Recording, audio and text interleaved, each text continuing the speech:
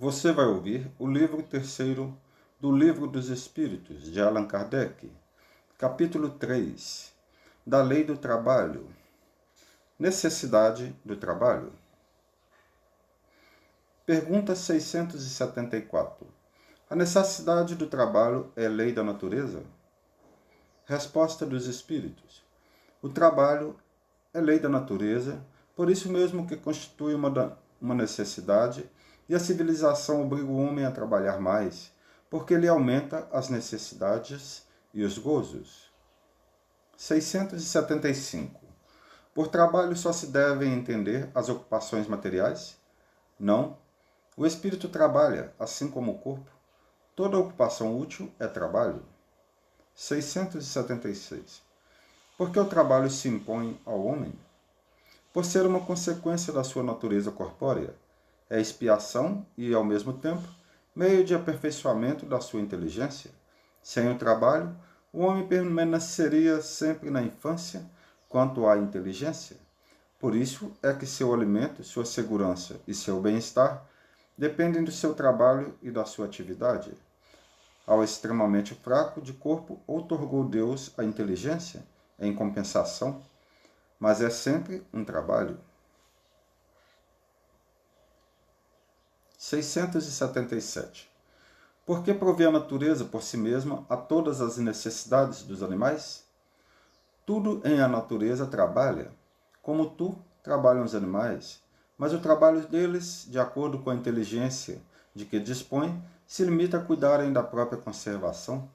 Daí vem que do trabalho não lhes resulta progresso, ao passo que o do homem visa duplo fim, a conservação do corpo e o desenvolvimento da faculdade de pensar, o que também é uma necessidade e o eleva acima de si mesmo.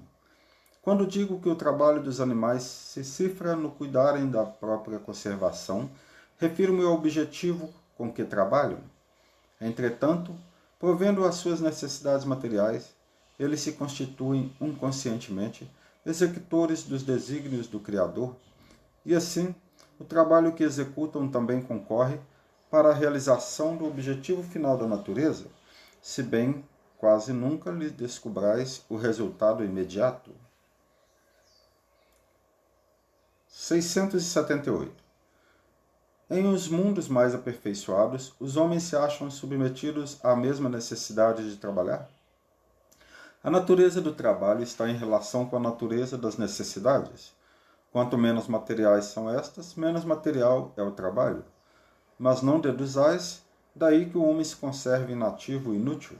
A ociosidade seria um suplício, em vez de ser um benefício. 679. Achar-se-á isento da lei do trabalho o homem que possua bens suficientes para lhe assegurarem a existência?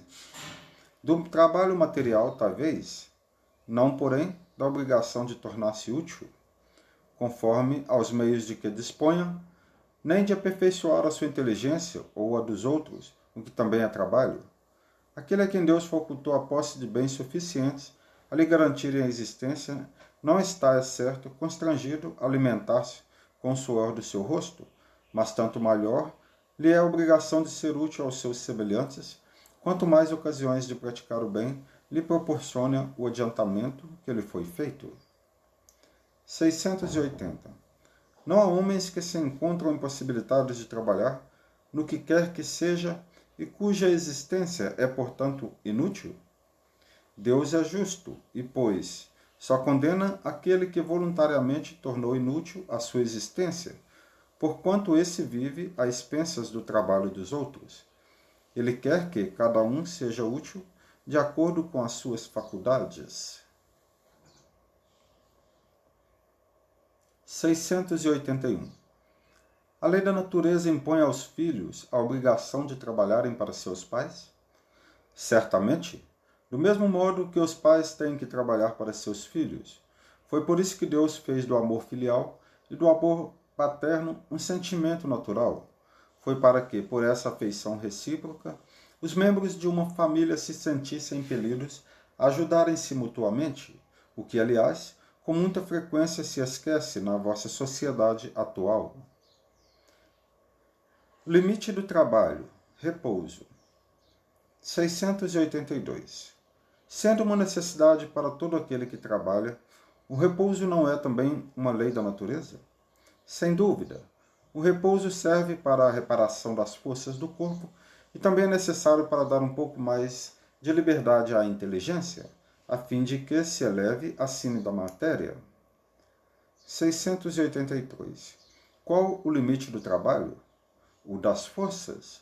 Em suma, a esse respeito Deus deixa inteiramente livre o homem. 684. Que se deve pensar dos que abusam da sua autoridade, impondo a seus inferiores excessivo trabalho? Isso é uma das piores ações. Todo aquele que tem o poder de mandar é responsável pelo excesso de trabalho que impõe a seus inferiores, porquanto, assim fazendo, transgride a lei de Deus. 685. Tem o homem o direito de repousar na velhice? Sim, que a nada é obrigado, senão de acordo com as suas forças. Item A. Mas que há de fazer o velho que precisa trabalhar para viver e não pode? O forte deve trabalhar para o fraco.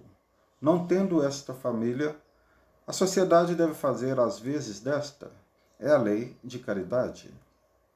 Explicação de Kardec. Não basta se diga ao homem que lhe corre o dever de trabalhar. É preciso que aquele que tem de prover a sua existência por meio do trabalho encontre em que se ocupar, o que nem sempre acontece. Quando se generaliza, a suspensão do trabalho assume as proporções de um flagelo, qual a miséria.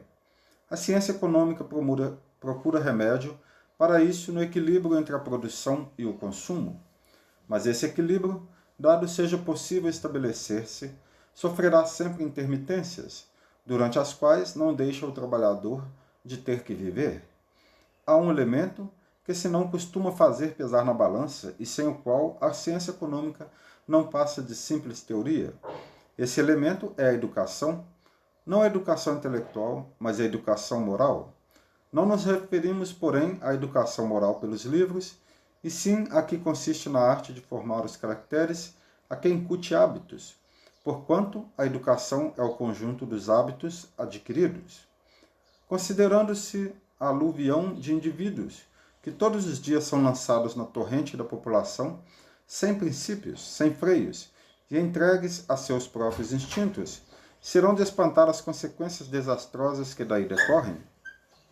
Quando essa arte for conhecida, compreendida e praticada, o homem terá no mundo hábitos de ordem e de previdência para consigo mesmo e para com seus, de respeito a tudo o que é respeitável, hábitos que lhe permitirão atravessar menos penosamente os maus dias inevitáveis.